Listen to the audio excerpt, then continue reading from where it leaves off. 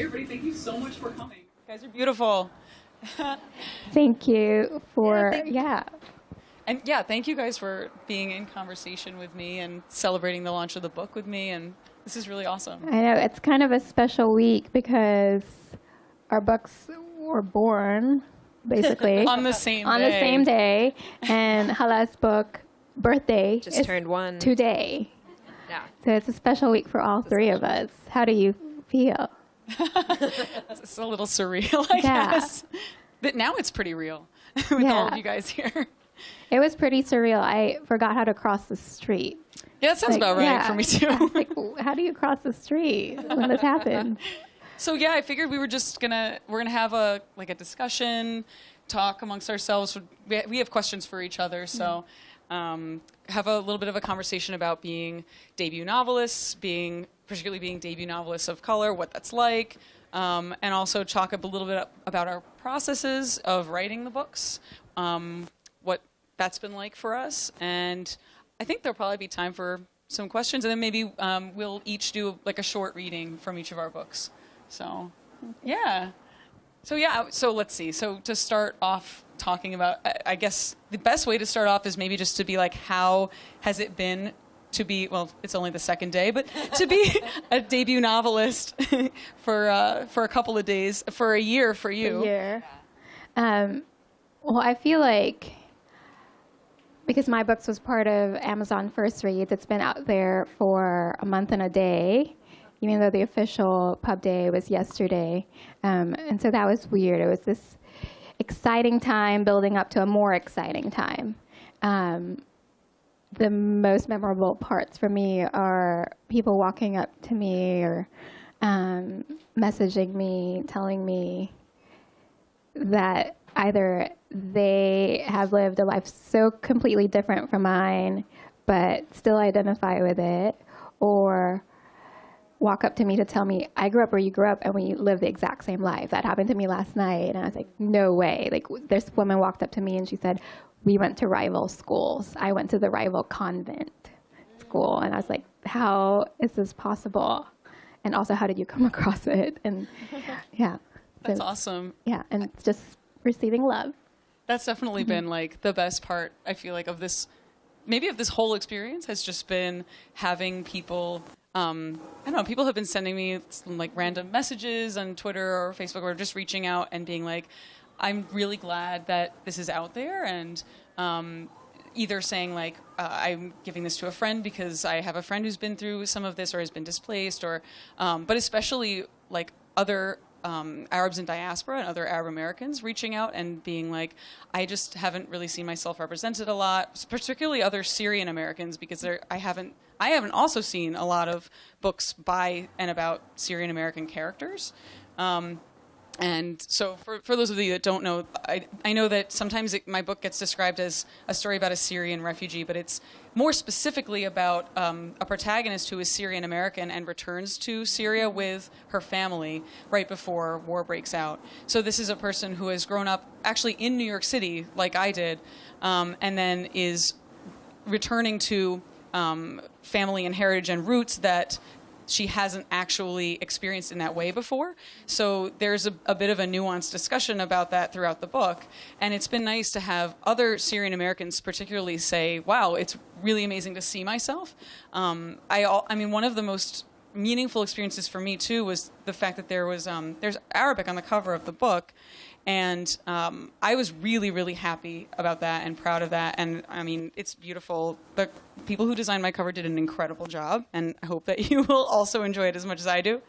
But other Arab Americans seeing the Arabic on the cover and saying, like, I have not seen an English language book with Arabic on the cover has been really moving. I mean, people have cried and been like, I see myself in a way that I haven't seen myself before. So that, for me, was really rewarding. Yeah. I had someone message me, and her words verbatim were, I was craving the Tagalog words, and it just fed me. She said, I moved here a few years ago, and I've just been so isolated and lonely, and I've just been craving just the sound of the words. And so she read the book out loud to herself in one sitting, and that was so special.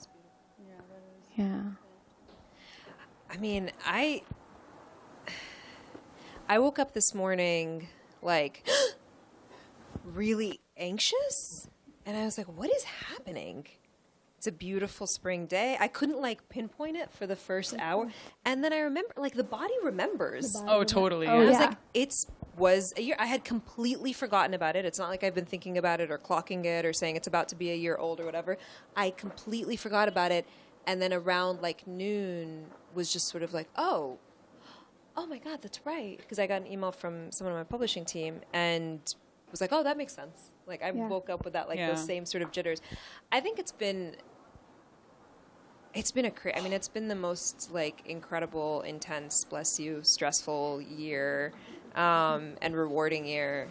And it is all because of the book and the people that like allowed the book to be told and the people that gave the book the attention and time to read it and sort of give feedback. And I agree with you. I think the stuff that sticks out over the last year is like the places I got to see that I wouldn't have normally gotten to go to, the people that I met that I wouldn't have normally met, and the people that reached out, like you're saying. I mean, I think there's a reason that for the three of us, one of the most emotionally salient pieces is that people reached out and were like, I didn't think I would read something like this, or thank you for writing something like this. And in my case, like you're saying, Jennifer, it sort of fell into two camps of either it was Palestinians, a lot of times older Palestinians just basically saying, like, I'm glad that the history is not being forgotten or not being lost and kind of continuing to be told by younger generations, or people that are like, you know, like middle America, never been to the Middle East, no real connection to the Middle East, and just writing and saying, like, this was very, I hate the word humanizing, but, you know, humanizing. That, like, you know, that this sort of, like, attached a family and names and dates and people and cuisine to something that before now has just been this kind of, like, concept. So I think that's definitely been the most gratifying part of it. Yeah. So maybe let's talk about that word, right? Humanizing. Yeah. And about why we wrote the books that we wrote. Yeah. Like, because I know I've also had people be like, oh, this really, you know, humanized refugees for me, or made the situation real in some way, I guess in a way that it hadn't seemed to them before. And, you know, it's kind of, I feel like it's difficult to respond to that for me, because I feel like I get what they're saying, and I get that people, you know, for a lot of people in America especially, it's something that maybe they've seen on the news and they haven't really understood, or they haven't really thought to relate it to themselves in a way that feels real. Because it feels that it's impossible that it could ever happen to them. And I understand why that sentiment exists. But I also, you know, when people say that, I also think like, well, okay, you know, I'm glad that this book has increased empathy, let's say, for refugees, for displaced people in general, for Syrians in diaspora, for a lot of groups of people, because there's a lot of intersecting identities in my book. You know, but I also like, it makes me also think like, okay, yes, I'm really, really glad. And I really am grateful for the people that come to me and are like, look, I hadn't found a way into this situation before in terms of being emotionally attached to it, and now I am. And that makes me really, really happy and very grateful. At the same time, that's not actually primarily who I wrote the book for, because I actually wanted to write the book for people maybe a little bit more like me in terms of being in diaspora, in terms of being of Syrian descent, in terms of, you know, what do we do with, like, what we have left, I guess you could say, that particularly for Syrian people in diaspora, or for Syrians who have been displaced or who are refugees. I think, you know, there's a bit of a feeling of like, you're watching something unfold that is incredibly upsetting in a very deep way, because you know exactly how it relates to you. It's a very personal thing. It's not something that you just see on the news. It's not something that you can separate yourself from easily. It's not something you can watch and not feel very strong feelings about it, right? So what can we, if we have collectively lost something, or if we are collectively mourning or grieving something, or grieving violence, what can we actually take with us? You know? So I was about to ask you, what do you hope, now that we've humanized humans, right? We don't need humanizing. Right, we don't need humanizing. Usually We're really it means human. like, people say humanizing and mean like human like me. Right. Like it just Right. means like you've made it like me. Right. Yeah. Yeah. That there's layers to your identity that we didn't see before, or we didn't want to see before. Right. But now that we've done the work of humanizing, what do you hope? How do you hope people would activate and Yeah. move forward? I mean, and I say this also in the author's note at the end of the book, but what I usually tell people, because and it makes me really happy, right? When people are like, wow, I read this book, I feel so much, like, what do I do? That's an awesome question. I want people to ask that question. But there's a couple of things that I really hope that people will take out of the book, particularly for people who maybe didn't know a lot about the refugee crisis, for people that don't know a lot about Syria, and now feel like, wow, I really empathize with these characters. What do I do? I think a good place to start, first of all, this book is a starting point for people who are just coming to this. I think it's really important to seek out and read the words of people who were born in Syria, who are themselves refugees, because I am not a refugee, right? And I was born here. I was born in New York City. So yeah, I have really strong and visceral ties to that place and those people. At the same time, I think it's important for people to read the words and the work of Syrians, of refugees, of displaced people in their own words. That's important to me. I also really hope that people will take from this a willingness and an ambition to then go out and engage with the political system in this country, do something about it. Look, the fact that we have the Muslim ban right now, like the fact that refugees from Syria are still prevented from coming to this country. I think I saw a figure come out that there were like 12 people taken last year. It's like, okay, we are a country that's in a position to do something about this, but only if there is a will behind it.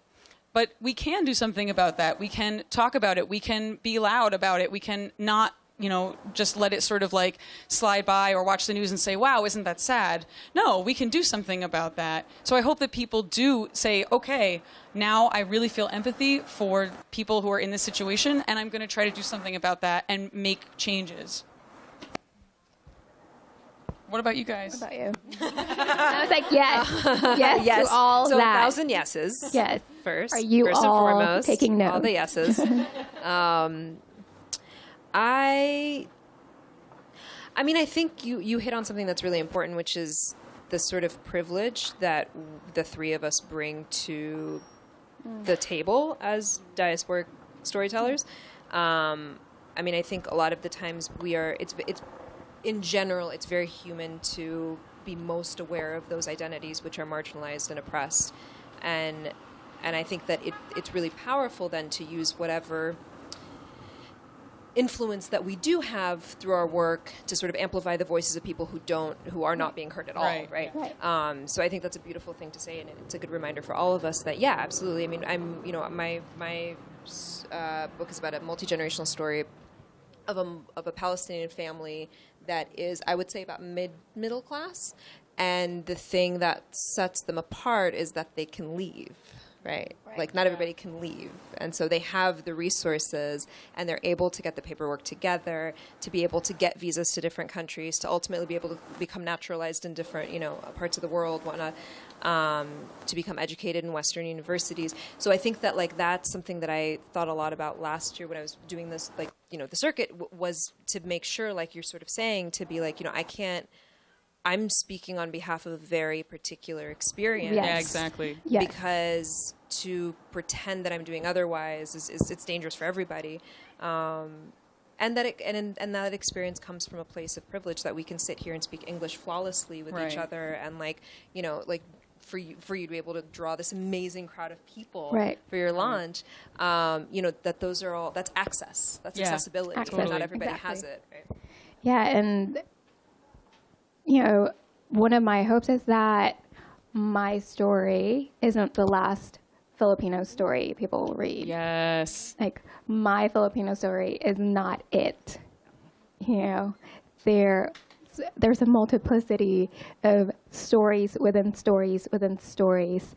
And one of our VONA faculty members posted a picture of Monsoon Mansion and America is Not the Heart, which came out around the same time. And she said, I'm just so happy that there are two Filipino storytellers with their books out at the same time. I don't think that's happened before, and my hope is that maybe a year from now there's 6 of us or 10 of us, and it's all different Filipino stories that are being pushed and pulled by class and education and our connection to the language and the reasons why our families left, our reasons why our families stayed, how we stayed here, how we might not be able to stay here.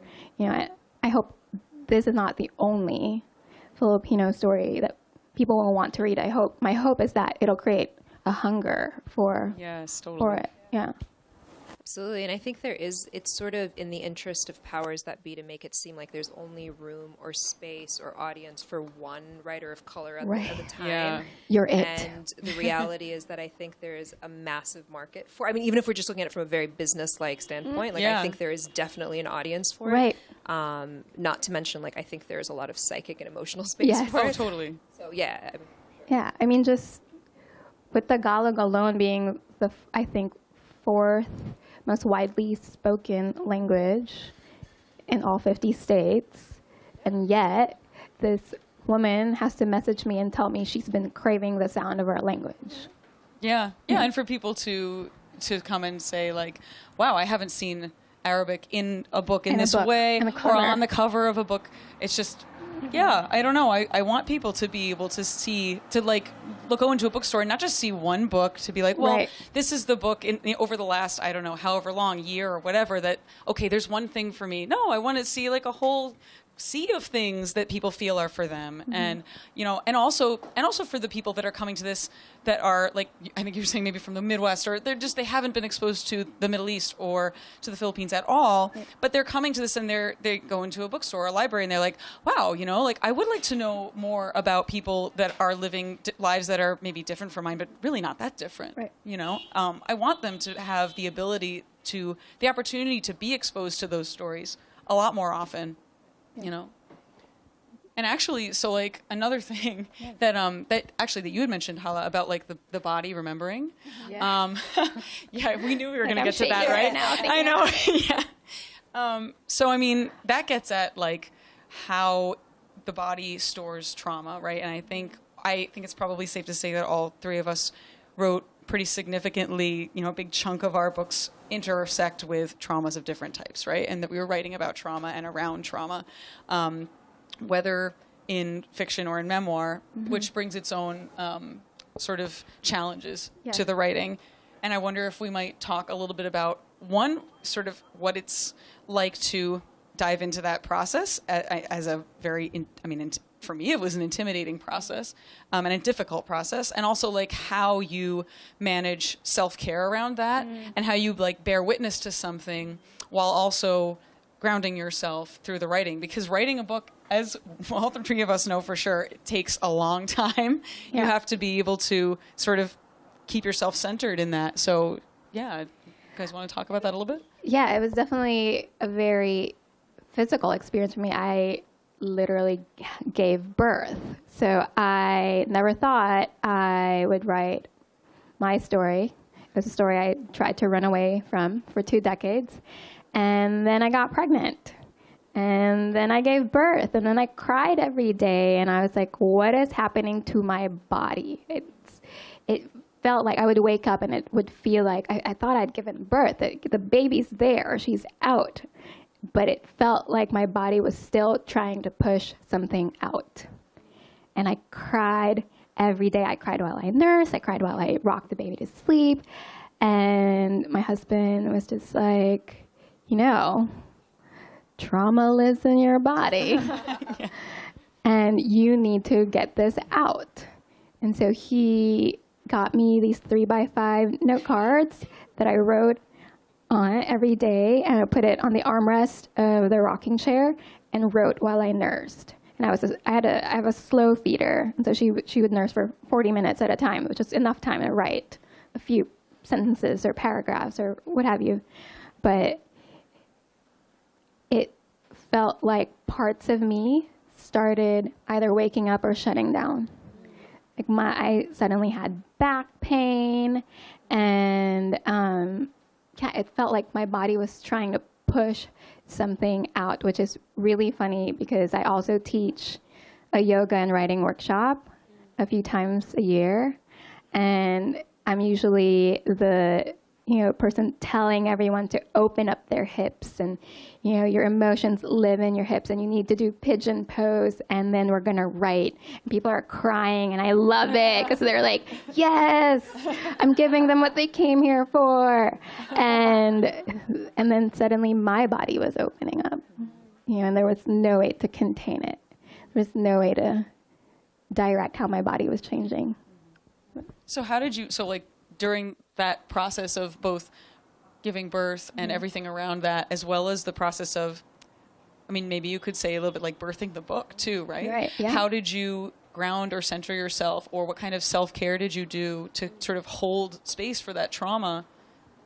I surrounded myself with people that just could take care of me, which, if you're a trauma survivor, you grow up believing that you're not allowed to accept help. And I'm so glad, I said this last night at another event, and I said, I'm so glad it took this long for the book to come out, because it had to take this long for me to learn to accept love, and to accept help, and to reach out and text someone and just say, I can't get out of bed, or someone hold my baby, or, come get me. But yeah, it was the people that called me, bought me groceries, bought me my favorite pen is the Pilot V5 pen. Like, people would send me Pilot V5 pens in the mail. They would sing to me, pray for me, call me, or write me a handwritten poem. And my husband was just there throughout, and my daughter too. And she's 6 now, and she's still taking care of me, and I'm taking care of her. And she was just so excited. Yesterday, she woke up, and she knew, and she said, Mama, it's launch day. Oh. So cute. Yeah. I definitely feel like I can definitely relate to the people component of self-care. I think in some ways this was the book that really taught me that I needed people in that way, because I don't, when I was writing it, I didn't have a giant support network. And I feel like now, especially post Vona, which is an awesome writers workshop for writers of color. There are a lot of Vona alums here. This is a very Vona heavy crowd. I love you guys. Woo! So yeah, now I feel like I have a really awesome support network, but I feel like I didn't have a huge support network when I was writing it. And it is really hard to make space to hold trauma that is coming up for you. And even, the thing about writing fiction is and this is what I usually tell people, and I'm sure that for other novelists maybe it's different, or other fiction writers it's different. But for me, I feel like I can't write an emotion that I haven't felt. I can write a plot that an event that I haven't been through exactly that, but I do have to go into myself and be like, all right, what shade of this have I actually experienced? Let me get the most intense, especially for this book, right? Because this book is about some pretty deep trauma. And I was like, all right, I've been through trauma. I know how that feels, but let me go to those really deep places, those really dark places, and let me make more space. Let me carve out more space for that and imagine that. And I don't have to really imagine that hard, that there are people that go through far worse than that. So let me take those emotions as deep as they can go. But that does mean that you have to make that space to hold that. And sometimes that looks, for me, sometimes it looked like, all right, I'm going to work on this particular chapter. And, I'm going to work on this chapter today, and that is all that I am doing. Then I'm going to go hang out with a good friend, or then I'm going to go and, I don't know, have a really good cup of tea, or whatever it is. You have to, I think it taught me also to be gentle with myself, to make space for myself and be okay, maybe I am the sort of conduit through which this story is coming. But I'm also a human being with my own trauma that is, you can't avoid it coming up for you when you're trying to channel it. It's your own stuff is going to come up. And the thing is, the reader is also not going to feel an emotion that you haven't felt while you were writing the book. So you have to allow those things to come up for you and to come through you and to write through them. At least I did. So yeah, I feel like writing this book actually taught me how to take care of myself in my craft better, to make more space for myself and to be gentle and be like, yeah, like let's allow this and hold these things and try to, I mean, we can't really try to give any healing if we can't hold them in the first place, right? Look at us, Zane. We're like taking care of ourselves. I know, right? Like when I first got here this morning, one of the first things we said to each other was, I'm holding space for you. Yeah. I'm holding space for you. And it's just... That's right. So We gotta hold space for each other. It's really beautiful. I'm holding space for both of you. Oh, thank Just you. listening to your story, it's really beautifully said. I definitely feel like writing about trauma requires kind of setting, like, making space at the table for grief and coming to terms with it, and, you know, trying to make friends and allies with it as much as possible.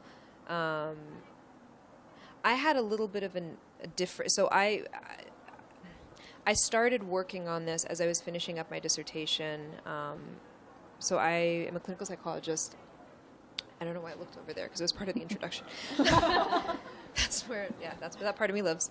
I'm a clinical psychologist, and so I was finishing my doctorate, and I was working. My dissertation was about Arab immigrant, Arab American survivors of sexual violence. So I was reading a lot of accounts of sexual trauma, incest, rape, all of that, and it really felt like I had all these ghosts keeping me company all the time, like in the library, in the morning, at my desk, on the train, just like, and, you know, just kind of these stories that were very disembodied because, of course, the responses were anonymous. So I just kind of had these words running through my head all the time. And meanwhile, I was doing my clinical training, and my specialty is working with trauma and with substance abuse. And so a lot of the people that I work with are immigrants and survivors of violence. And I've done a fair amount of forensic work as well. So in any case, just a lot of trauma, right? And I started writing this as a reward for getting dissertation work done. And I think I have the sort of personality that, like, I needed to make writing the thing I wasn't supposed to be doing to do it. So I would earn fiction writing. So if I did like 2 hours of dissertation related work, then I would earn 30 minutes of novel stuff. And honestly, I wasn't calling it novel. I didn't say novel until it was completely finished. At the time, I was like, I'm just telling the story. I'm just telling this 400-page story. It's just like, I wonder what's happening. I'm just going. So it was very much like tricking myself into telling these narratives. And I think in terms of self-care, I think I have learned such a tremendous amount from my students and my patients about self-care and about the things that people have to do to survive, and then to take it a step further to thrive and to kind of come back to themselves. So I think it very much, the take-home message was like, do it in doses. And so to this day, I do 30 minutes a day. It's non-negotiable. And that is like the perfect amount where I'm not going to dread it and procrastinate and not do it. It's short enough that if I leave it at an interesting part, I like have a cliffhanger for myself to come back the next day. Like I'm still tricking myself into writing all the time. But essentially, like, having to figure out what the dose is that I can, because it's venom. It is a toxin. Right. Like, you're taking a certain amount in it, and your body will filter through it. It will go, like, it'll be able to tolerate it, but you can't take in too much. And I think that's been the biggest, like, self-care is, like, just do it, go slow. And DNA is memory, right? And so we carry not just our memories, but our ancestors' memories. You're bringing back memories of my postdoctoral work. Tell us. Because well, no, we're not going to get into No, but I did research on epigenetics for a while. I have my PhD in essentially genetics.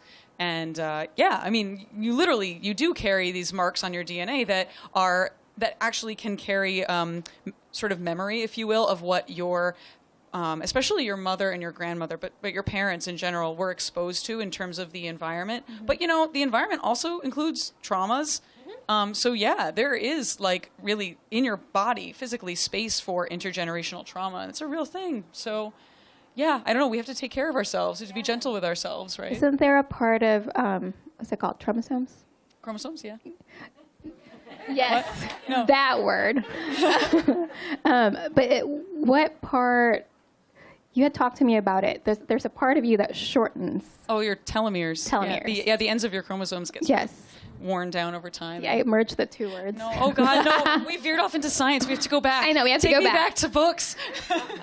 Well, now that we're talking about intergenerational stuff, all three of us have stories that cross over time and boundaries, Ah, yes. geographies. Why do you think that's important to your storytelling? Do you think it's because we keep shuttling back and forth because we don't belong to one place or one time? Oh, that's a really interesting. I think for me, because I'm Palestinian, Right. so it was a choice that was made for me. Right. Yeah, I mean, I think it's talk about things that you inherit. Like, I think the idea of not having a base has been baked into my sense of self and my father's sense of self and his father's sense of self. And so I think that it becomes a necessity to be able to create home where you go. Right. And to be able to lay down roots, essentially. Yeah, that's definitely. I mean, I feel like, for me too. Like, I was born in New York. My father was born in Syria, and so I think that there is an inherited. For me, there is an inherited sense of uprootedness, maybe, if you will. That like I definitely felt the aftershocks or the reverberations of like my father's leaving, in a way that I think is something that will always be sort of in me. That I think people ask me a lot, like, well, so you're sort of two places, or you're a bridge, and I'm not really sure that. For me, I don't know that it feels like being a bridge so much as just feeling connected to more than one place. Mm-hmm. But it also, for me, it's taught me that home doesn't necessarily have to be a physical place. Home can also be people, or home can be a feeling, or home can be art, or so many things, or language. Mm-hmm. And you can define and redefine home. And that became a big theme of the book, was talking about, okay, if you've lost a physical home, or you've had to leave a physical home, and that can happen in so many different ways, not just the situation in Syria, what can you take with you that can still be home for you, that you can't lose? And, one of the things that I talked about, that I sort of offered as not an explanation, but an exploration of what that can look like, is stories. And how you can, if you can take with you the story that you tell yourself of who you are, of where your family comes from, and not necessarily in terms of a physical location or in terms of geography, but a map of what that love looks like, and the people that hold you, and the past that holds you. I think those things, particularly in storytelling, can be handed down to remind you, as the main character of this book is reminded, or reminds herself, that there are things you can't lose. There are things that you take with you, even when you're going through the depths of trauma, even when you are rootless or feeling rootless, that those roots are still there. You just have to, or not have to, you can redefine what those things are in a way that you can access them, if that makes sense. It does. What about for you? So the book is called Monsoon Mansion, and you'd think that home was the mansion. But when home is crumbling, what do? And when all the people that are supposed to build that home for you are deteriorating, all at different paces and for different reasons and in different ways, what do? And so growing up for me, home was books.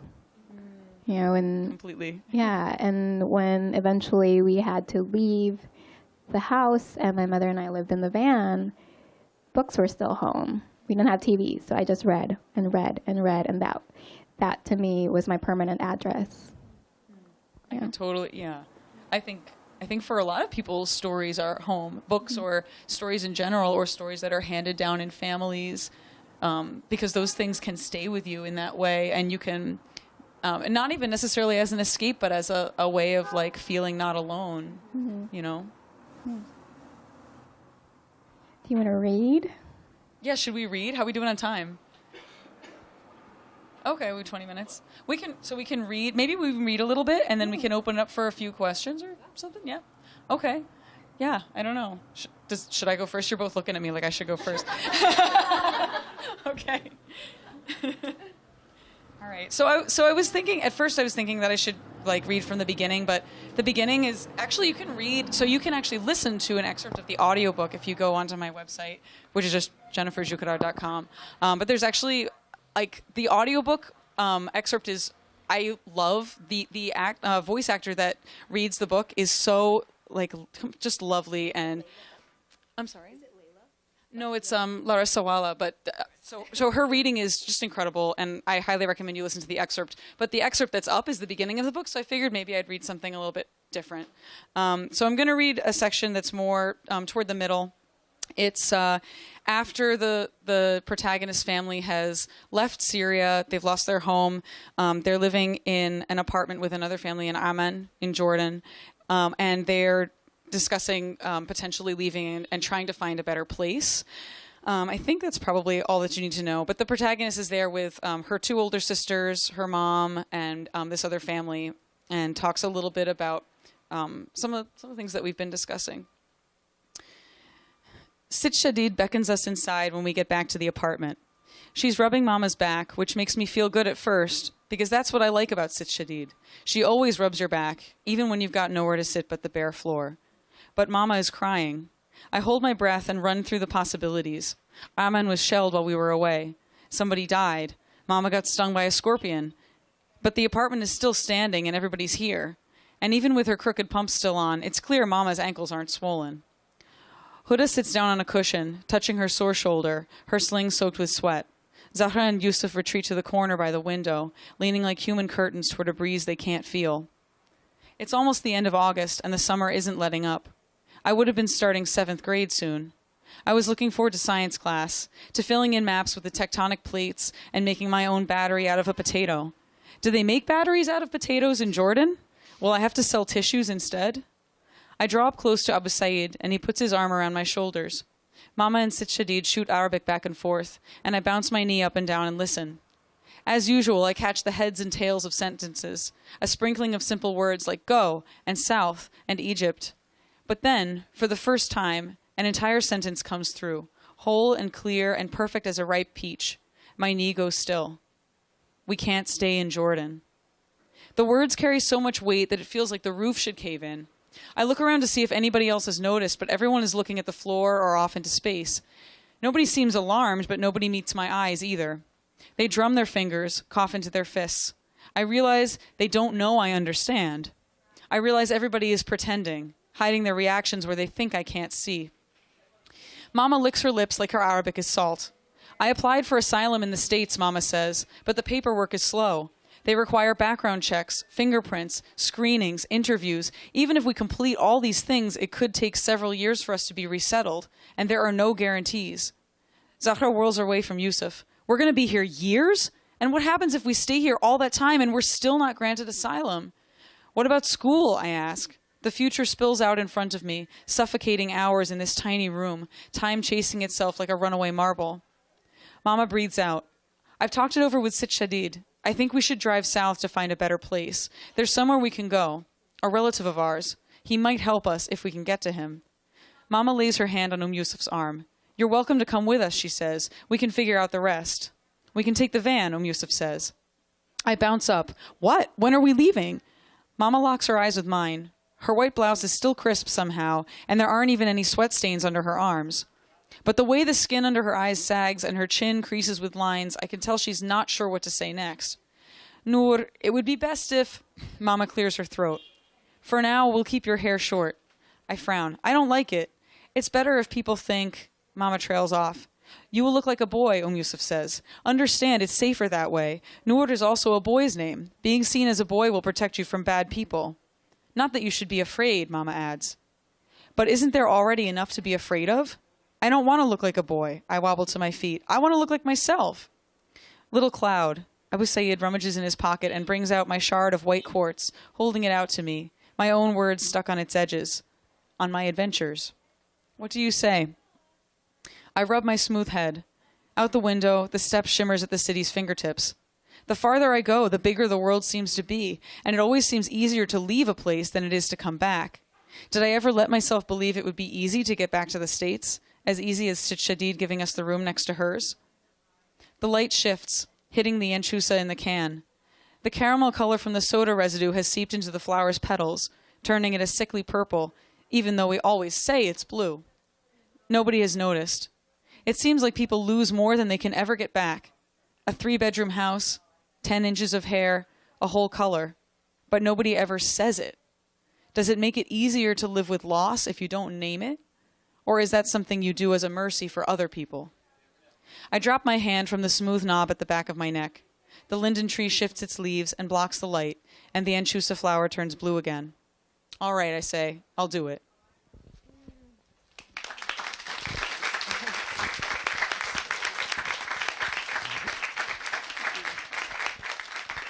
All right, who's up next?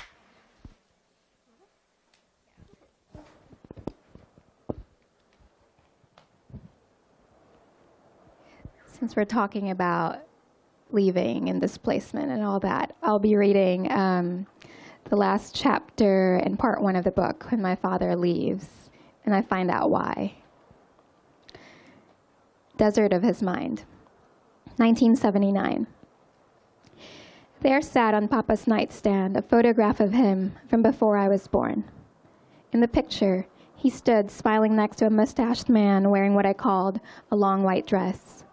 Papa was outfitted in linen and denim, and his hair was big, dry, and dusty. The getup and the dew alone told me that the photograph was from a different time. And the hills of sand in both foreground and background stated that the photograph was from a different world. The picture prompted stories. They began. I was a gardener, not a rescuer. The first time I packed my suitcases for the desert. The first time dry heat filled my nostrils with sand. It was 7 years short of the People's Revolution against Ferdinand Marcos, and 7 years before my existence. Papa hadn't met Mama yet, but was supporting his first wife and their 2 teenage children. He set off for Saudi Arabia, not hoping to build a fortune, but just to get by, to feed mouths during the peak of martial law.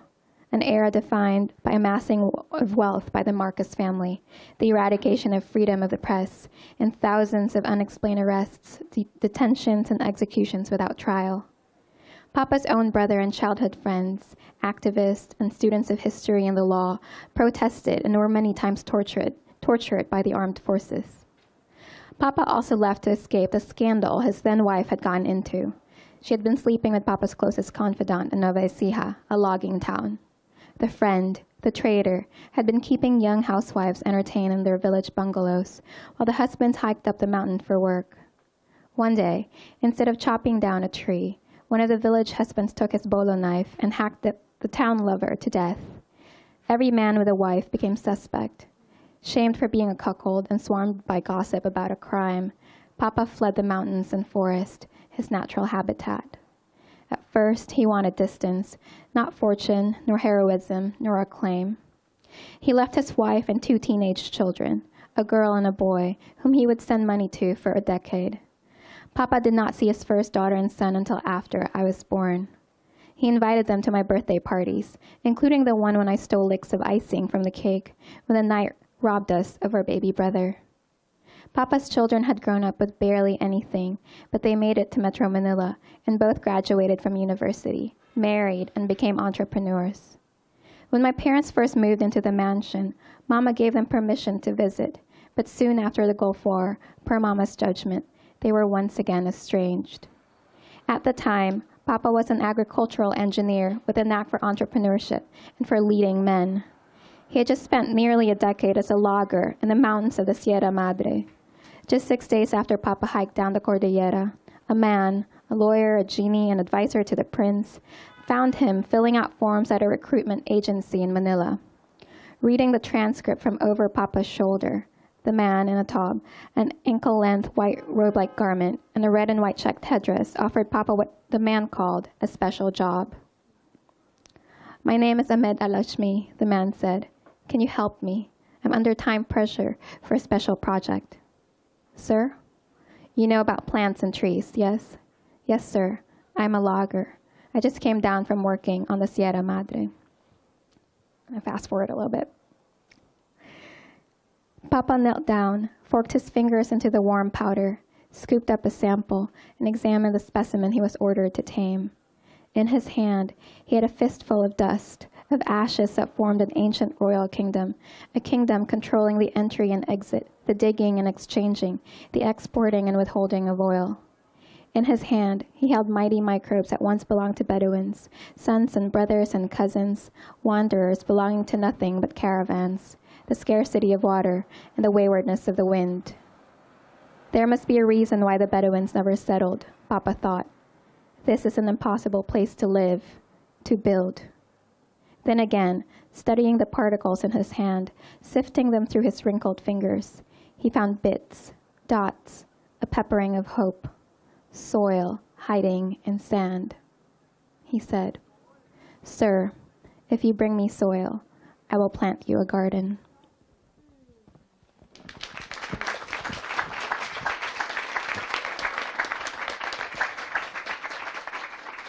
Well, both excerpts were gorgeous. I will read so it's, I guess for context, so it's a multi-generational story of a Palestinian family. Begins in the 60s in what is now the West Bank, and then follows the family's trajectory as they go to Kuwait, and then after the Gulf War, they're sort of scattered once again throughout Europe and Beirut. So it begins with the matriarch and ends with her great-grandchildren. So this is one of those great-grandchildren. This section takes place in Beirut in 2006, which is when there was the war between Hezbollah and Israel. So the character's name is Lena. She's 11. She has convinced her cousin Zan to go buy cigarettes, even though the parents have not allowed them to leave the apartment. That's basically the setup. So I had a woman come up to me once during a reading and scold me. And she was like, "You've massacred your book." I was like, relax with the language. But this is why I have like loose leaf papers, because the books get heavy. That's true. So I just ripped it out of my copy. Sadly, it's true that they get heavy. It's fine. No, I got this. It's got my notes. It's great. Okay. So this is basically them sneaking out of the house to buy cigarettes. And they've been just like numbingly bored for 2 weeks and like war through the eyes of an 11-year-old. They sneak down the stairs like the spies of their favorite movie, tiptoeing down each step comically. At the front entrance of the building, they peek around for Hassan, the doorman, but he's nowhere in sight. Lena steps out first, stands for a moment on the pavement, marveling at how easily they did it. We're actually outside. What? She asks, noticing her cousin Zan's frown. It's empty, he says, looking around the street. And it's true, many of the stores are shuttered, parking spots bare. This road near the university is usually bustling with students and older couples, men on mopeds zipping between gridlocked traffic. But now there's a lone car driving along hurriedly as though not wanting to be caught there. Lena thinks of the girl in the plane crash movie that she used to watch. It's like something from a zombie film, Zan says, like he read her mind. Where the world is already ended, Lena thinks, but doesn't say. She swallows. We'll go to Abu Rafi's real quick. He's always open. She turns left, walking towards the ribbon of shuttered storefronts. She can feel her cousin's pause, his eventual capitulation, and then his footsteps behind her. They walk along the sidewalks past the fancy hotel with lushly flowering plants flanking its entrance. The bellman catches her eye, tilts his head quizzically. She can hear him thinking, what are these kids doing out here? She looks away, quickens her pace. She tries to imagine the empty hotel rooms. It makes her sad. The air is queasy, a tar-like tension in the warm dusk, and the few people that cross their path are mostly men, distracted-looking.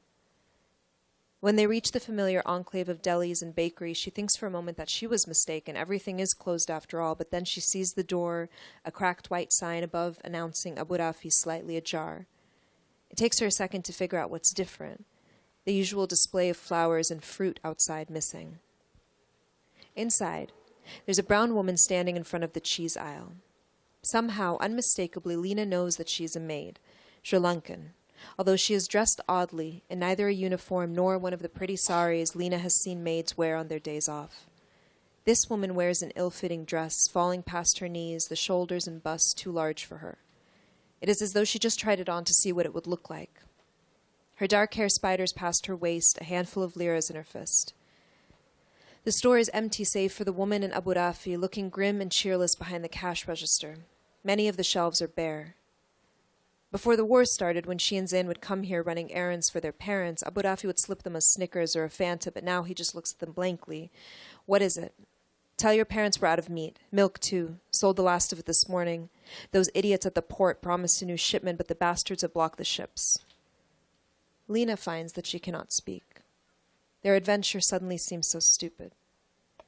To her astonishment, Zayn clears his throat and steps forward. A pack of Marlboros, the green ones. It's for my mom, he adds when Abu Rafi hesitates. The man shrugs and pulls out a pack, $3.50, he says. Zayn offers a trickle of coins, and Lena watches with amazement as Abu Rafi slides the cigarette pack across the counter and into her cousin's hands. Now run along. This isn't a babysitting service. Hey! Lena and Zayn jump. They follow Abu Rafi's glare to the dark-skinned woman fingering a packet of peanuts. No more wait, you understand, he says in broken English. You pick something, you pay, you leave. Lena has never seen an expression like the woman's. Frantic, they watch her grab a motley of items, spicy nuts, a bag of pita, a wheel of soft cheese, with a brisk nervousness. And something keeps Lena frozen in the doorway, Zayn by her side, the pack of cigarettes forgotten in his grip. Something keeps them watching as Abu Rafi piles the groceries in front of him, punches numbers into a large calculator. The woman stares at a spot on the floor. 15, 23, 48,000 lira, he concludes. Then, in condescending English, now you pay. The woman drops the crumpled bill on the counter, her eyes still downcast. What is this, a joke? This is 10. The woman remains silent. Speak up, girl. You think this is a charity? You go tell your madame that she has to... No, madame. The woman suddenly explodes. Her hair shudders around her as she snaps her head up. No, madame, no, sir, they left. Well, that's none of my business, Abu Rafi grumbles in Arabic. They left 5 days ago. Now that she's begun talking, it's like a levee breaking. Her hands moving wildly. I woke up, they're gone. I wait for lunch, for dinner. The sun goes down. I stay awake 1 night, 2 nights. I wait. I take the laundry down, soak the rice, but they don't come back. They heard the war, and they left. Here, her voice falters. They left me behind. Here. I looked everywhere for a passport. Can't find. I tried to call the embassy. They say no one can help. They say stay inside, away from windows. I cannot call my children. I cannot go home. The food is finishing. There is no electricity. We should go, Zayn whispers. But Lena feels rooted in the doorway like somebody glued her flip-flops on the floor. Abu Rafi and the woman stare at each other. There is no money, the woman says simply. They left. And Abu Rafi's face darkens, with anger, disgust, exhaustion at his store being the only one open in the neighborhood, at another long day of telling people there is no more flour, no more meat, cursing the Israelis every time the rumbles begin from the south. 48,000 lira, he repeats. Lena wants to punch him. Or get out. But madame and sir, 48,000 lira, you think I don't have children? He lets out a long string of Arabic curses. You want help, you find it somewhere else, not here. Look around. He gestures at the paltry supplies on the shelves. Someone wants bread, they pay. Eggs, apples, cheese, they pay. They pay. Spittle dots his lips. I help 1 Sri Lankan, 10 more at my door tomorrow. The woman flinches. She stares at the crumpled bill. With one hand, she smooths her bristling hair from her face. Her profile could be on a coin, the nose straight, forehead uninterrupted. The bread, she finally says. Only the bread. Her voice could cool molten glass. This is who you are, she seems to be saying to Abu Rafi. Look at this wrinkled bill on the counter, my unwashed hair. For the rest of your life, you will remember this moment and what you did with it.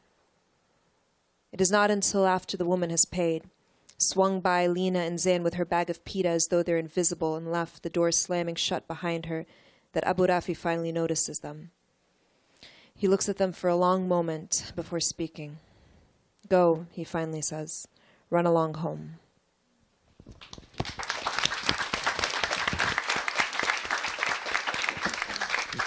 Thank you both so much for that. Those are both so beautiful. Thank you guys so much. Thank you. Yours was beautiful. I'm so honored to be here with you. I'm too. honored to be here with both of you. Thank you for letting me I feel be like we part should of have a this. group hug or something. I know. So I guess we have some time for questions, or any takers? I have one. Is this on? Yes, it is. What's next for each of you, creatively speaking? I'm curious to know.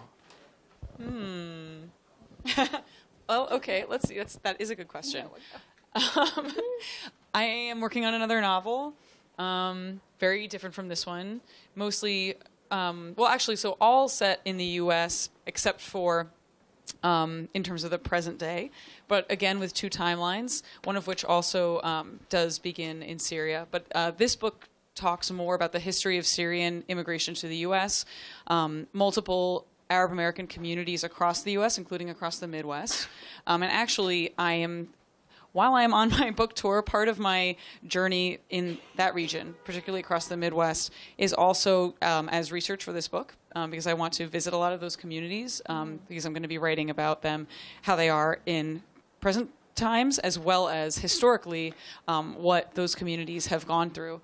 So, yeah, I mean, in a very small nutshell, basically a Midwestern road trip with a bunch of Arab American Muslim friends, so that my trip should be interesting, and hopefully the book will be good as well. So I have a collection of poetry called The 29th Year coming out through Houghton Mifflin as well in January of next year. And I have a collection of short stories that I've sort of been writing on and off over the years that I'm putting finishing touches on now, and a novel that I'm about halfway through. Yeah. So part two, I guess, of my life is having lived in the U.S. as an undocumented teenager and young adult after having been adopted as a teenager. So I'm working on a collection of essays about my experience as an undocumented immigrant. I want to read all of That those sounds things that you were working on. Awesome. And I have read some of what you've been working on. That's true. You have. Yes. Lucky. It's so good. Oh, thank you. Thank you. Yeah, any other questions? I don't know if am I supposed to call on people? Are you supposed to call on people? You have the microphone, so. Particularly you two, you write in the voice of, was it 11-year-old? Mine's 12 and 12. 11, yeah. So how do you kind of do that with having it sound authentic when you're writing in the voice of a child or dialogue with children? That is a good question. I mean, for me, I have read, I'm also into like middle grade and young adult, and I enjoy reading those genres. I didn't write this book as a young adult book. This is definitely an adult book, although actually I've gotten a lot of really great feedback from young adult readers, which I'm super happy about. Today's teenagers are badass and awesome. That makes me very happy. But yeah, I think you have to sort of put yourself in a certain mindset too, of remembering how you filter things differently when you're that age, and what you notice, how much you notice. This book went through an interesting transformation, actually, from an earlier drafts were written with a slightly younger protagonist, 10 years old. And you would think that those two ages are very similar. They are not in terms of writing, because a 10-year-old realizes much less about what's going on and what it means, right, than a 12-year-old does. So I did try to say, like, okay, well, what is important to a 12-year-old? How do they think when they're looking at the world around them? Of course, they know sort of like some of the socio-political things that are happening, but they experience it on a more immediate level. What does it actually mean for them? And that was an interesting experience to do that. But I think it also teaches you about the fact that kids understand a heck of a lot more than they get credit for. So. Yeah, that would be how I'd answer that. I think for me, I was present for two wars in my life. So there was the Gulf War, and I was 4. And I remember very, very little about that. But what I do remember is very vivid. And it's very much in connection with, like, the caretakers of mine being in danger, right? Because, like, that's what a 4-year-old's afraid of, right? And then the war in 2006, I did my undergrad in Beirut, so I was there for that. And I remember I was, like, 19, and all I cared about was, like, getting stoned and making out with people. So I had a very different understanding of the war, but my family happened to be visiting that summer because they lived elsewhere. And I have a sister much younger, so she was 5 at the time, and I had a cousin who was like 10. And every time we would hear like the windows shake, we would go and blow bubbles. Like that, we just like made games around the things that were happening, and so I actually just remember being very intrigued by like how they were taking it in and their understanding of it. And then as the following year or two, it was really interesting how the 5-year-old sister, the 10-year-old cousin, the 14-year-old brother, the 19-year-old, how we all manifested that experience very, very differently, and what people remembered and what people became afraid of. And so when I wanted to write this scene, I that particular period of time, 2006 in Beirut, I wanted it to be through a kid, because I wanted, similarly, like you're piecing things together. Oftentimes you're coming to the wrong conclusions. Like Right, different things are salient. Like that, the scene in the deli is like a lot of people left their housekeepers behind and like took their passports. And, you know, like, again, we can't talk about our oppression without talking about the ways we oppress other people. Like that's very much something that was happening at the time. So I think the idea of her sort of seeing it through, for me, it was more interesting to see it through like an 11-year-old's eyes than through like a 31-year-old. So. This is a super awesome question. Thank you. Yeah, that's a great question. Say that again. I did. Could you repeat the question? She said that I also wrote a book from a child's point of view, and it was my point of view, and I remembered how I saw the world. So that was kind of easy. What really helped, though, was I gave birth to a book and a child at the same time, and so I was relearning the vocabulary of childhood with my daughter. And when my husband and I talk to her, we physically come down to her level, and we kneel if we have to, or we crouch down so that we see the world how she sees it. She sees the world from this level at all times, and that's what she sees, and that's what is recorded in her brain. And that kind of reminded me of the things that are in my brain from that time. I remember the legs of the table, and that one was wobbly, things like that. Or I remember the belt that my dad wore, because I was always at that waist level, at that height. But yeah, she was kind of my assistant, coaching me through the language of childhood. Yeah. Reminds me of how when you wake up to remember a dream, you shouldn't move. You shouldn't get up to drink water. You should lie very still, and you'll remember your dream. And there's something about that sort of like body-wise, like physically going back to that space. Physically. This has been awesome. Unfortunately, we're short on time. But Hala, Sanel, Jennifer, thank you for doing this with us this evening. Let's give them a round of applause. Thanks for having us. Thank you.